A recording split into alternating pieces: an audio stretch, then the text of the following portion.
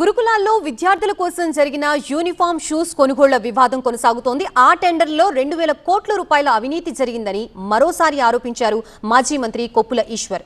ఈ అంశంలో ప్రభుత్వ పెద్దలతో ఎక్కడికైనా చర్చకు సిద్ధమన్నారు. హైదరాబాద్ ప్రెస్ క్లబ్ లో ఓ డేట్ ఫిక్స్ చేసుకుని చర్చించుకుందాం రమ్మంటూ మంత్రులకి సవాల్ విసిరారు.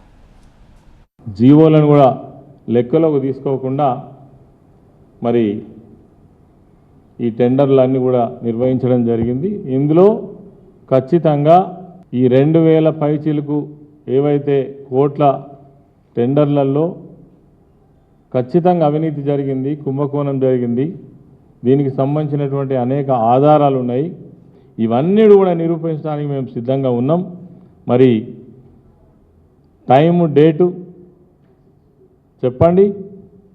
ఖచ్చితంగా మేము హైదరాబాద్ ప్రెస్ క్లబ్లో వచ్చి వీటన్నిటిని కూడా నిరూపించడానికి సిద్ధంగా ఉన్నామని చెప్పేసి సందర్భంగా సోషల్ వెల్ఫేర్ మినిస్టర్ కావచ్చు, బీసీ వెల్ఫేర్ మినిస్టర్ కావచ్చు, అదేవిధంగా ఈ ప్రభుత్వంలో బాధ్యత వహిస్తున్నటువంటి వాళ్ళందరూ కూడా మేము ఛాలెంజ్ చేస్తున్నాం.